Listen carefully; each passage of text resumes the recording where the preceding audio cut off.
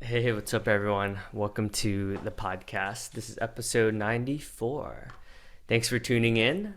The intended outcome of this call is that you, or this meeting slash podcast slash YouTube episode, is talking about being with boredom, resignation, and withdrawal and regrets.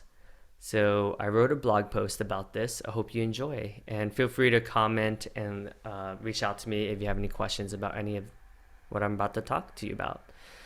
So I wanted to share with you. I've read Brene Brown's Atlas of the Heart, and in one of the chapters, it speaks about boredom, and it's interesting, right? I think boredom is one of the most complex human emotions to be with. We can distract ourselves with social media, with drugs, or anything that keeps our mind from just being with ourselves. And I think that boredom is actually one of the most complicated and the hardest things to be with.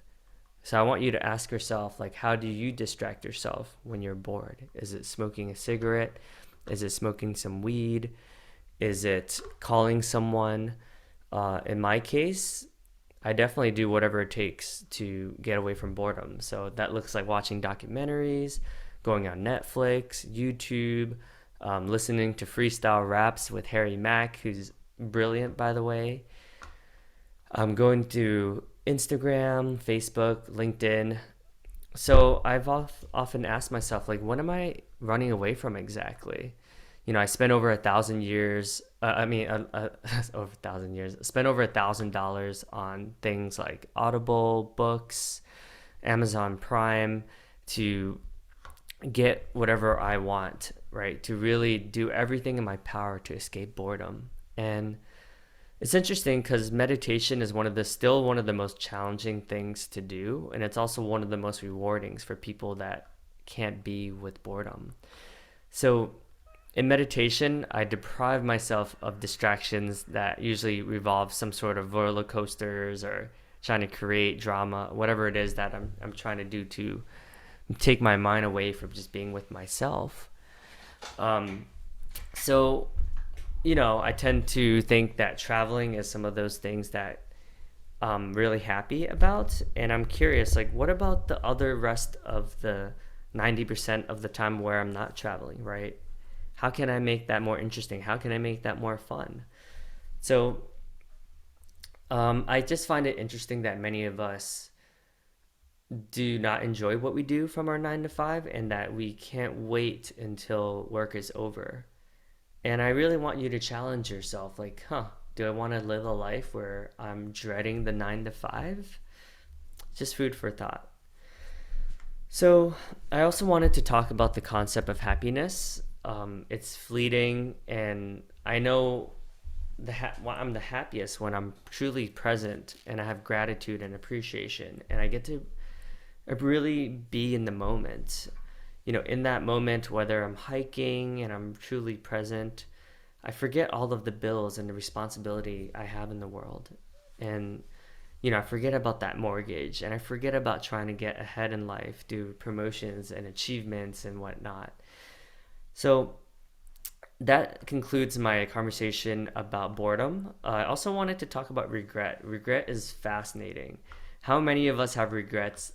And if we stop to think about it, all of these regrets that we have, if we didn't do it, it wouldn't make us the unique and interesting people that we are today. You know, I'll give you an example.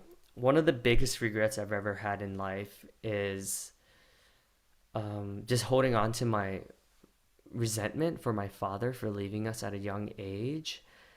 And I realized that holding on to that resentment is actually painful, but it had me be able to explore all of this self-development stuff that I've gone through, and more specifically through Landmark Forum. And I'm grateful for that because this quarter alone, my team is responsible for transforming 175 lives. And that wouldn't have been possible if it wasn't for me holding on to my father's resentment. If I figured that out earlier, I wouldn't be so into all of this that has led me to all these wonderful things that I'm up to nowadays. Resignation is the next topic. it's a tough one. How many times have we felt stuck in a pattern and we are resigned just thinking that we have absolutely no control over the situation? Of course, there's always going to be macroeconomic conditions, like if you live in a country that's a dictatorship or a society where women make much, much less money than men. Clearly, there's macro factors that impact us. But if you think about it, like how much power does it give us as individuals if there's nothing that we can do about it to really make a huge dent in huge controversial topics such as climate change and Black Lives Matters? I believe that the issue is that we're just not taking 100% responsibility for how we as individuals, I show up in the world. And, that means giving something up in my listening that is causing me to act in a victim like manner. So, I can gaslight or I can, of course, there's always going to be some element of people saying mean things to us, right? But how can I be responsible about what exactly was that really triggered me? And a more powerful way of being is how can I be, a question that I can ask myself is how can I be 100% responsible on how I react in this situation?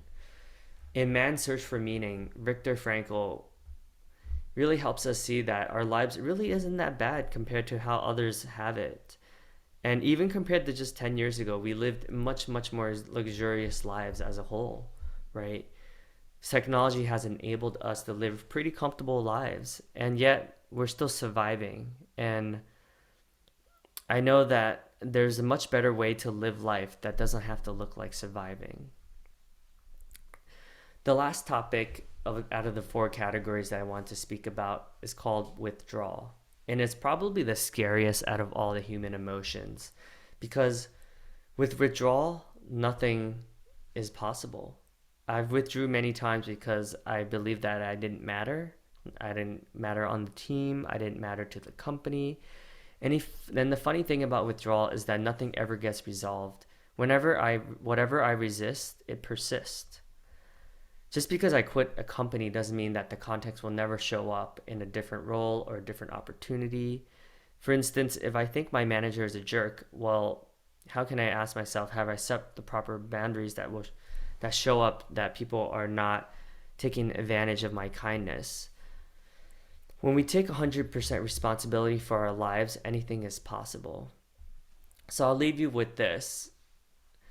I never said that this would be easy, but I'll let you in on a secret. Once we start to realize that everything in life is our control and how I show up in the world, am I going to numb myself by watching TV and hiding from responsibility, or am I get to choose powerfully?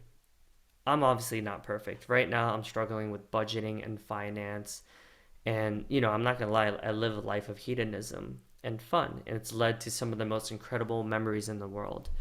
Now I get to choose differently and build a future that involves more than just Davidson. So I wanted you to reflect and let me know what you got from this conversation. Thanks everyone. Cheers.